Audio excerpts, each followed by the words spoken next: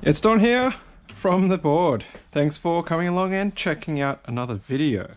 So where we're at today is I'm going to be hopefully doing something with this old Dawn 175 bench vise. So the background on this is I bought two vices really cheap on Facebook Marketplace.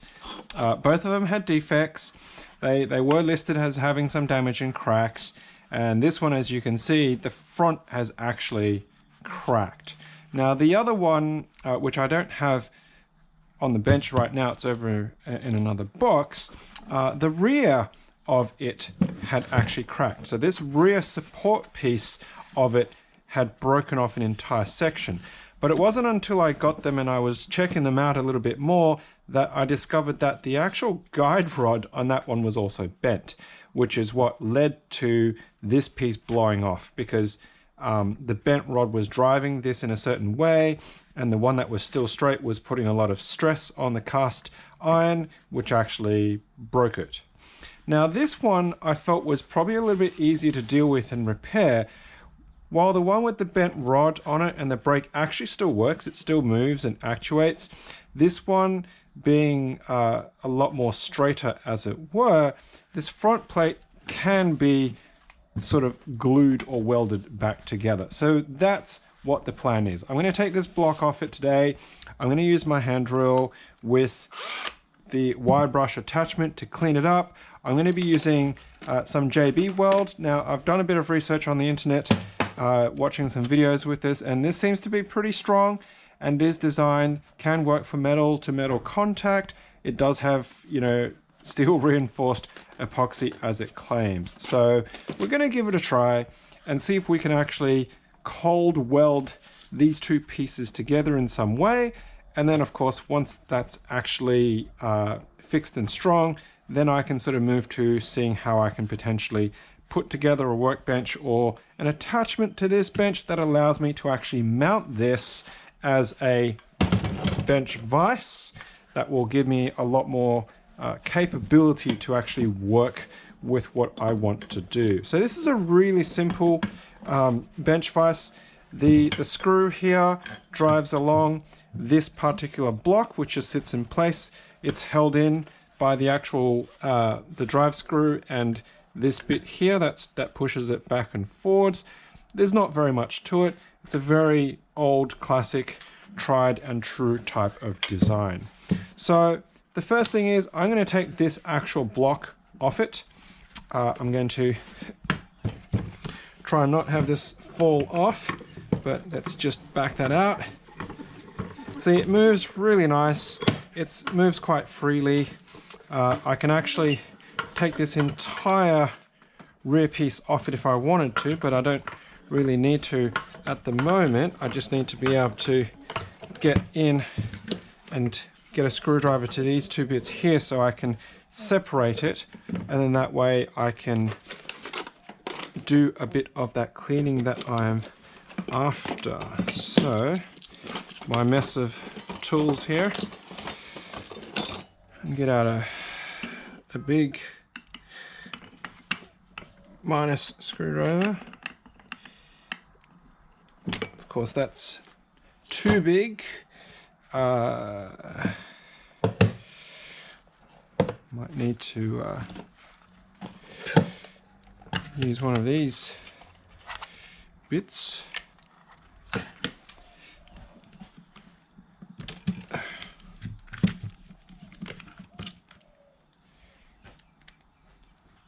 I don't know if that's going to give me much purchase on it. No, it will not. So, of course, foolish me, not having prepared myself properly, I'm now going to have to go and get another screwdriver, which is just around the corner.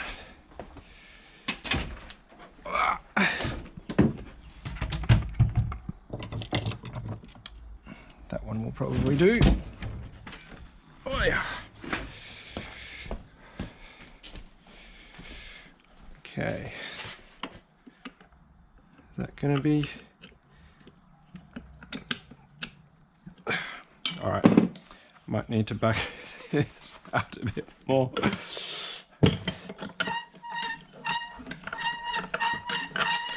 Now I do need to get some kind of wipe on or spray on lube. I'll clean down these guide rods as well, take off a bit more of the rust that's actually there so it can get a bit more protection on it. And then that will help prolong its service life, I hope, in theory. Oh, okay. So that screw is not wanting to cooperate. Is this one going to be a little bit better? All right, so this one's doing something, which is good. There you go, bit of rust on that one, and that entire thing is not looking fantastic. Let's go back to the bigger one, see if I can get a bit more. There we go. Leverage on that. All right, so we can see it's been broken a little while. It has quite a lot of actual corrosion on it. Now we could probably reuse this. This looks like it's in pretty good nick, but the holes are going to have to be adjusted because I can already tell, due to how long it's been sitting around with all this corrosion, that the mating surface on this is not going to be, it's not going to be perfect anymore, in that then to get it to have a good contact with that epoxy while I'm going to clamp it with my F-clamps, there's probably going to be a gap. So those screw holes will probably need a bit of adjustment. So let's try and give it a clean. Now I probably should clamp that to something like that. Oh, my apologies for just smacking the camera there.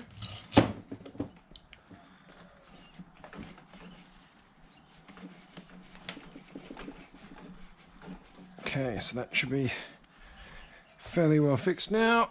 And then if I just get that onto something like that, then actually probably need to just advance that a little bit so I don't end up with no play on it. Okay, get that nice, snug. Right, and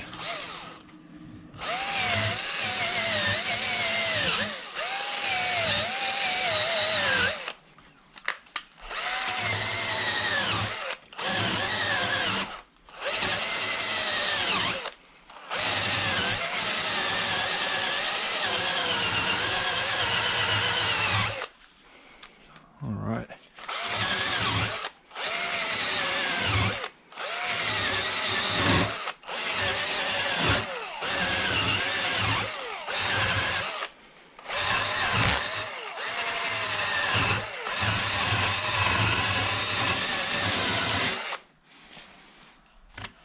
How's that look?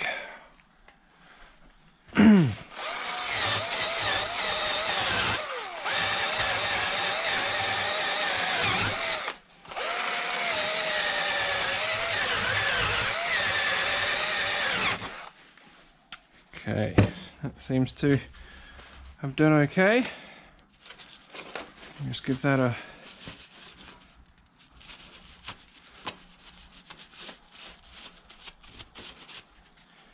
not getting a lot of discoloration on that, so that might have done okay. Let's just have a look at that. Yeah, that looks okay. Now, there's quite a bit of corrosion on the back there.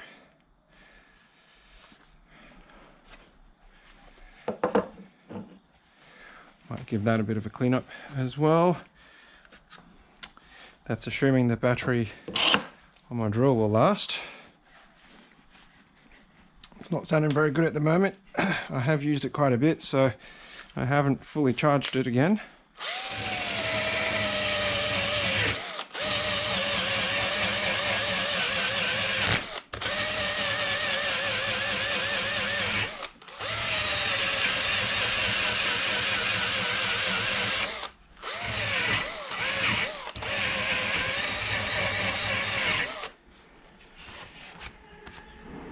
I think that's done all right.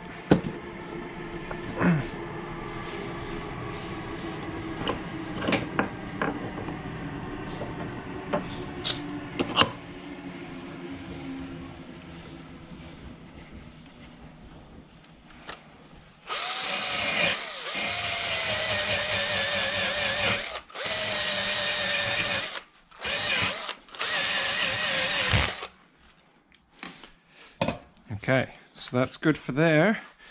Now, do I need to clamp this in some way? Getting my my work bit of t-shirt a bit dusty, which I don't know if my wife will really appreciate me doing that, but I'll just have to deal with the consequences of that later. There, and let's just temporarily, lightly fix that a bit there.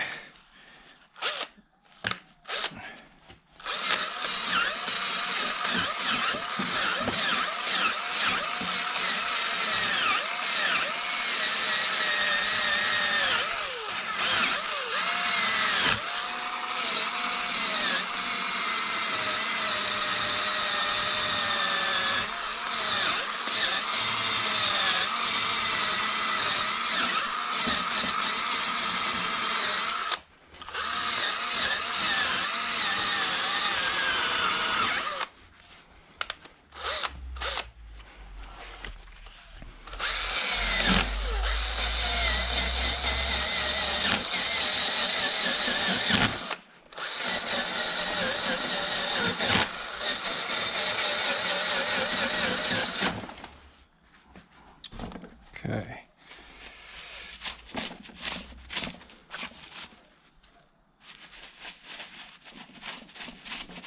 Doesn't really seem too much particulate, which is good. And then we'll just give that a general clean up.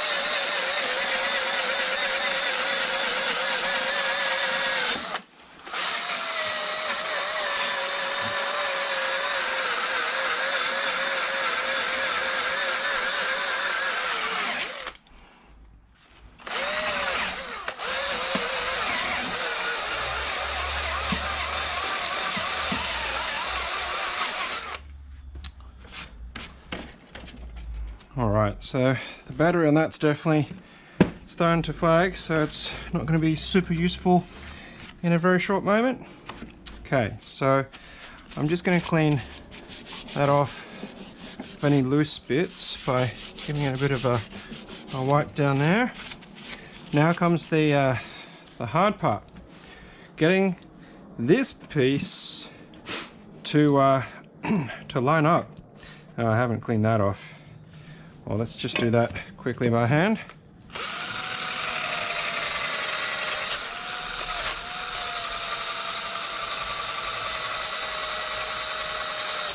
That's also why we wear gloves.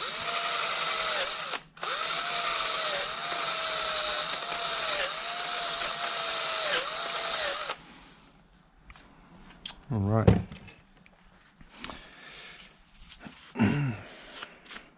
Okay.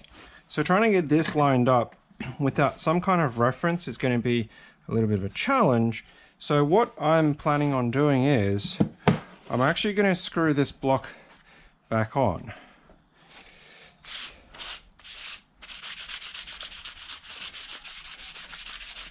Temporarily, anyway. What I want to do with that is I'm actually going to get just a scrap bit of paper and put it across there like so, and I'm going to put that screw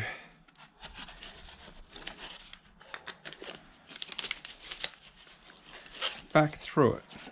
So I'll probably need to just punch a hole in that. There we go. Nice and simple. This is just so the epoxy doesn't actually bond to the piece of timber here. But what my plan is, if I put that through there,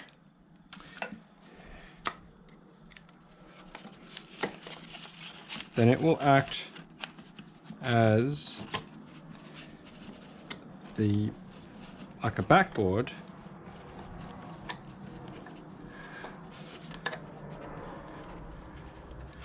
to the actual vise, to the front of the vise. Okay, so now there's a nice firm surface that this is going to rest against, because I can clamp it from here to here against that, and then I can clamp it from there to there to really get that firmness against that entire mating surface. At least that's what I'm hoping to achieve. Now, I've been told from what I've seen on this JB Weld stuff is that it's actually quite runny, so it will actually run down, and to combat that I want to actually mount this horizontally. So I've got some sawhorses here. Now I've got my steel cap boots on, so hopefully this will present some injury to me if this all goes poorly, but I'm going to clamp it, vertically speaking, to the sawhorse. So let's just move that in the middle.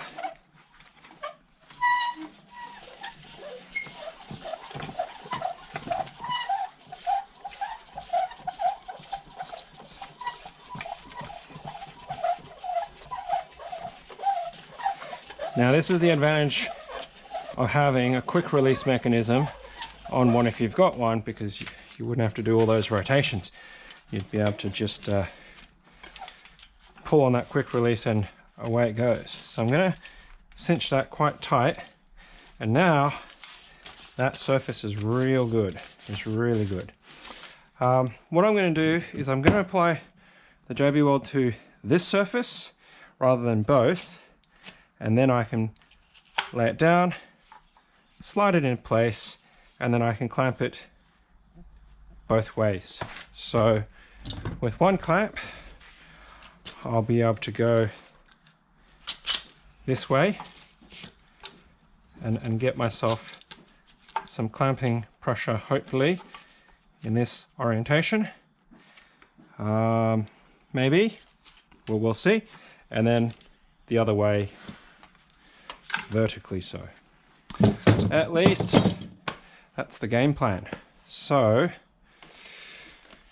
you really should wear gloves for this, but I actually don't 100% know where my old box of gloves are from moving house, and then I've just got a bit of stick here that I'm going to use as my mixing stick. So I need a bit of scrap. I'm just going to go and have a look if there's something I can nab out of the recycling bin, maybe. Oh, yeah.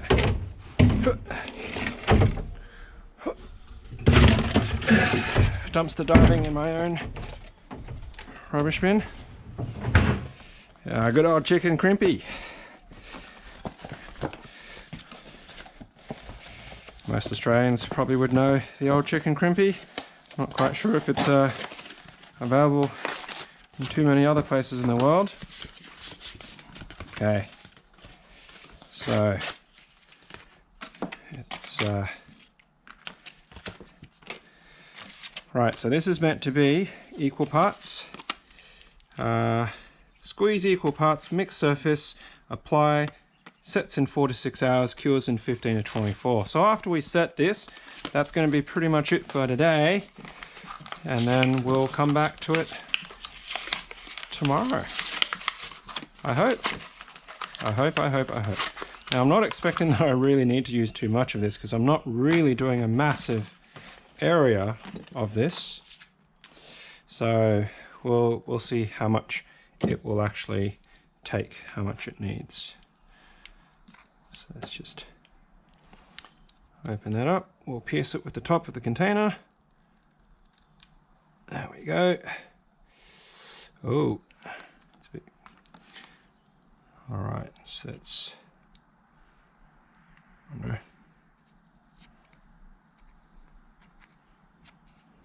I reckon that'll be enough. And considering that's going to be doubled, I'll just go for a little bit more. We'll try that to start with. If not, we can try and get a bit more. Mix it up.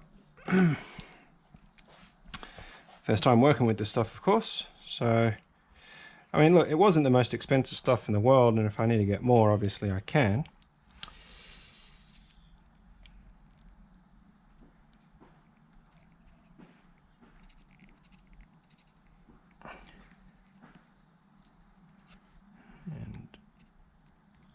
Looks about that.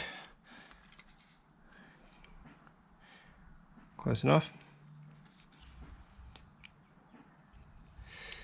Okay, so let's just get that.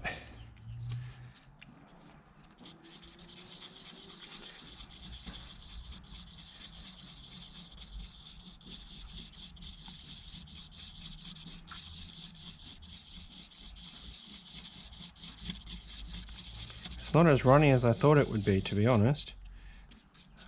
It's quite soft. I've worked with 2-part sort of epoxies and carbog and that kind of stuff filler before, so it's actually not too bad in terms of consistency.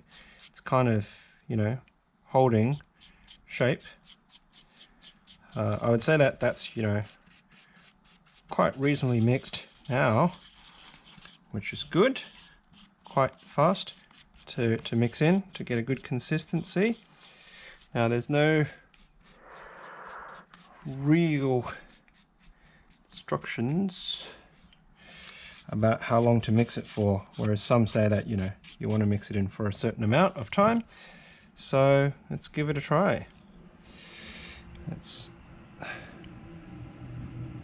sort of across the top there and get... Now the only thing is, while I haven't actually taped off the actual screw holes, I'm not too concerned that this is going to go flowing into those screw holes, into that screw hole, one screw hole. So whereas if this was going to be running all over the place and the angle was likely to get in there, I probably would have covered it with a bit of masking tape to ensure that I wasn't going to end up filling that screw hole, damaging the thread there and having problems. So yeah, I think that was quite a good, generous amount. Just gonna scrape off the back of that, apply it evenly across to these surfaces if I can. All right, so now I'm gonna put that down. I'm gonna slide it into place where I want it to go. Angle that there. It's got a good amount of tack, which is looking really positive. I'm gonna just sort of clean that up a bit, because obviously if that's being squeezed out now, it'll just make it a little bit easier to, I suppose, deal with any cleaning up later.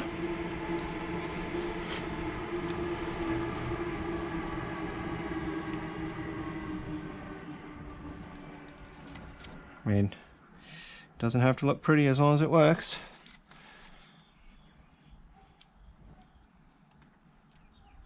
Okay. Certainly don't want to be touching this stuff with my fingers without any gloves on, so try to be a bit conscious about where I'm touching. Okay, so now comes the hard part. Will I be able to get where I want to apply some pressure to?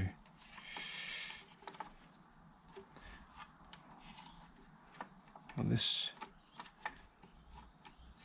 work? Or is this going to just end up deflecting? Oh no, I've got some pressure.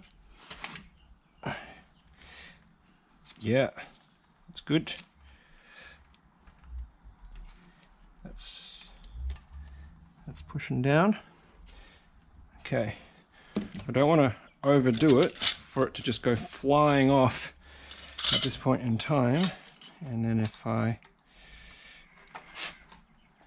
put it something like this, there we go, that will also give me a bit of that downward pressure so it's not flying up.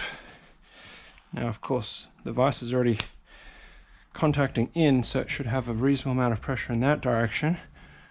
If I want to just take this one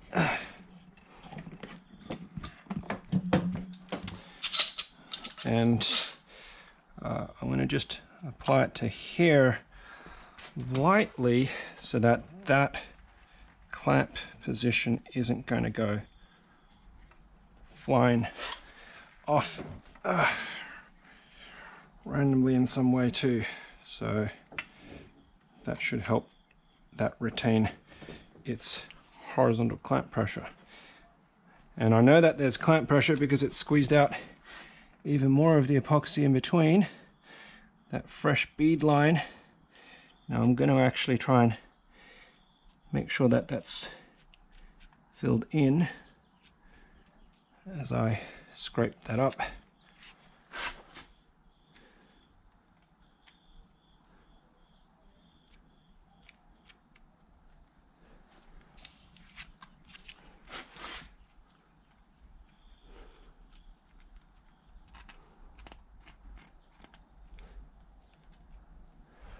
Okay, it's looking pretty good.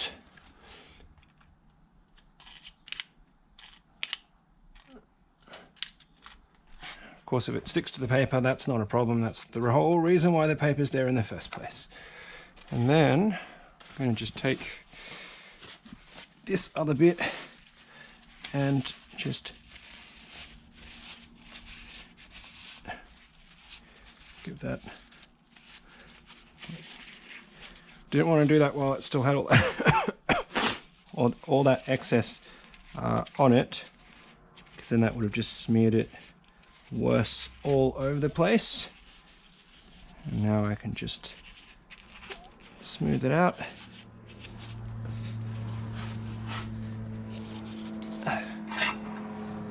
Like I'm doing right now. And there we go. That's it. All right. Dawn 175, you stay put, you have a good sleep overnight, and I hope that you form a nice strong bond with this JB Weld, and we'll come back and check on you in the morning. So it's about nearly dinner time, 6 o'clock evening time. Just what I didn't want. And then tomorrow in the morning, it'll be a good 12 hours, so it should set, which means, you know, we shouldn't have any issues with it. Cures in 15 and 24, so 4 to 6 before handling, 15 before putting object leaves back to life. So in the morning when I come out and check this, it'll probably be about 15 hours. By then 12 hours will be 6 in the morning, you know, 10 o'clock or so will be about that 15-hour mark. We'll take the clamps off and have a look at where it's at, if the piece is actually, you know, staying still. I'm not going to force it and try and pull it apart or anything of that nature, but we'll see how it goes. And then we'll clean up the rest of the actual screws once I take the other one off as well. And we'll kind of go from there. But if I can get that going, then the next step is using the bits and pieces that I've got to either modify this bench or extend the bench, and then we can mount a bench vise, and that gives us so much more flexibility around of what we can do with the tools to actually start making some proper things.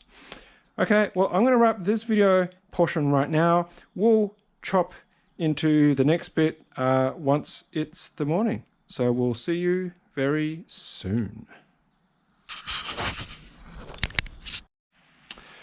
All right, well, it is now, it's about 9:30 in the morning now on the next day.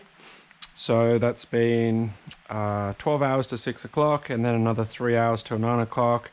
So we're sitting at 15 and a half hours thereabouts, which, you know, looking at the instruction, cures in 15 and 24 hours. It's been a bit cooler now because it is autumn here in Australia, so I'm not expecting it to be necessarily at full strength or cure, but what we can do is we can use this bit and have a poke at these blobs, and they're pretty hard, they're pretty firm. So I'm going to say that that's a very positive sign. So we're going to take these clamps off and see how this experiment has gone. I'm just going to put on gloves simply because it's probably a good idea to. All right.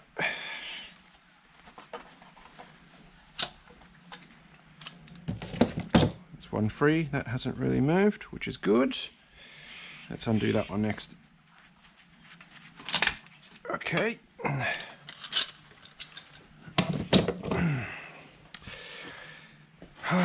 Now, all of these tools that I've been picking up have actually been really, really cheap.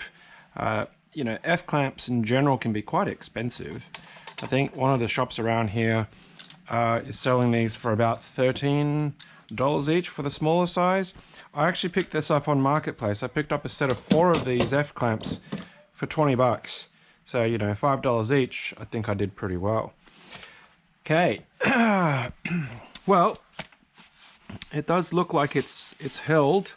It's definitely not coming apart by itself. So let's just back the actual clamp jaw off and let's have a look. So that's really positive that I can slide that and it's staying in place.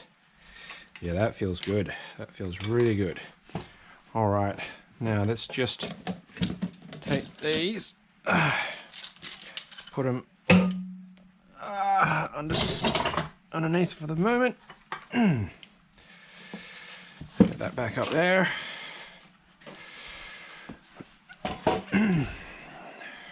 Okay. So, what do I want to do? Let's just sit this back over this way. Back it out some.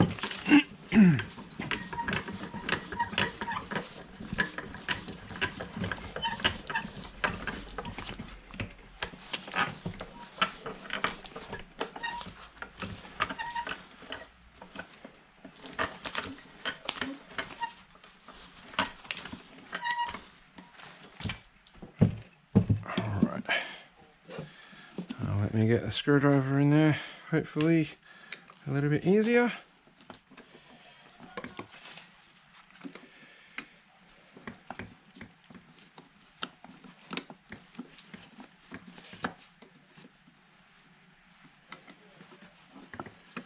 This is where a right-angled screwdriver bit would be really helpful.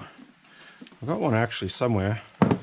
It's just not right here handy by my side. Okay, so we can see that the actual epoxy did soak into the paper, that JB Weld, but I'm just going to tear that off. There we go. But it seems to be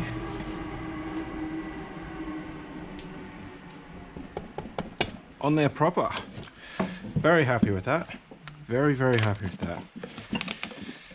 Just gonna get one of my chisels. As you can see, this one hasn't really been cleaned up or sharpened in a little while. It's got a bit of a nick in the the blade, so please don't abuse me too hard while I abuse it some more. I promise I will give it a proper clean at a later date.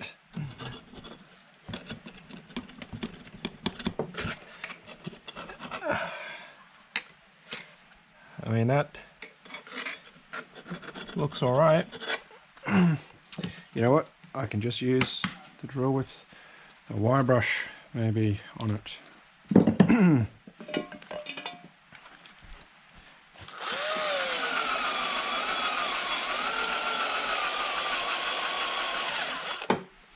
maybe not.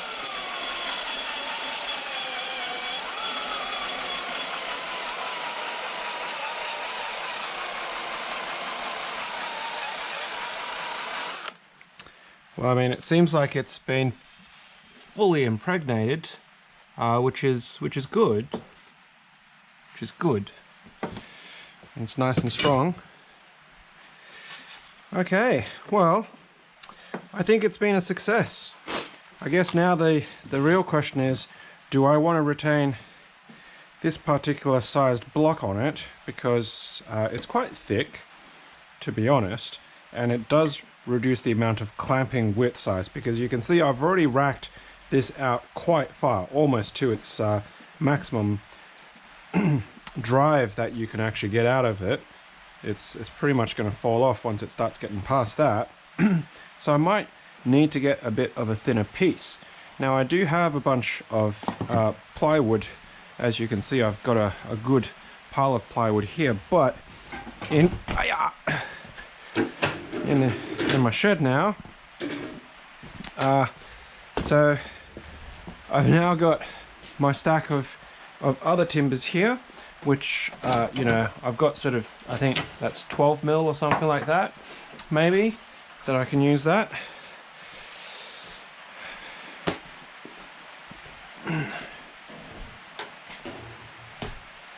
Let's have a look. It's starting to rain now.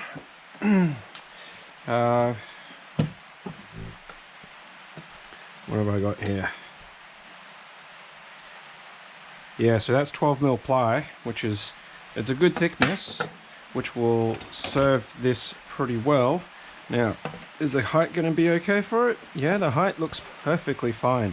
So what I can do is I can cut a couple of pieces for the jaws here. I mean, that's practically, you know, 2/3 the thickness of that, right? So yeah, it'll give another sort of centimeter or so of saving in terms of that space, and it is a little bit softer, so if I'm clamping, having something that's really hard on that is going to dent on the jaws, which is a better option at least than actually denting your workpiece. So I would like to call this a really great success in terms of how well that's ended up. See, bracing that there, you know, it's quite flat. Very happy with how that's turned out. I'll recharge my batteries and then I'll take the actual rods, take the back off that and run it down with the wire brush and clean up the rods as best I can as well. And then I'll need to get some, well, I'll probably just try using the wax paste actually on that to give it a bit more protection, to stop it from rusting again and maybe help it run a little bit smoother through the holes. And then I'm going to have a working bench vise, which is really great. So the next trick now is to, as I mentioned in the first part of this, actually figure out how to get a bench going. As you can see, the shed right now is just absolutely chockers because there's still stuff from moving house that we haven't unpacked. It's all over the shop, as it were. So it's slowly in terms of just progress in general and making stuff happen, but we will get there. And then once the bench situation is sorted out, I'll be able to mount this, and then I can use it for a whole variety of other reasons. So that's really fantastic. Very happy with the end results there. Well, thank you very much for coming along and checking out this video. I realize it's a bit of a deviation so far still from direct keyboard stuff, but I promised you that we will be making some keyboard related stuff at the end of all of this journey. But you know, you'll just have to stick with it, or maybe come and check in periodically and see how I'm going with the progress on all of this and when I actually get to making some keyboard stuff. So thanks for coming along and checking out this video, and of course, as usual, until next time, happy clacking.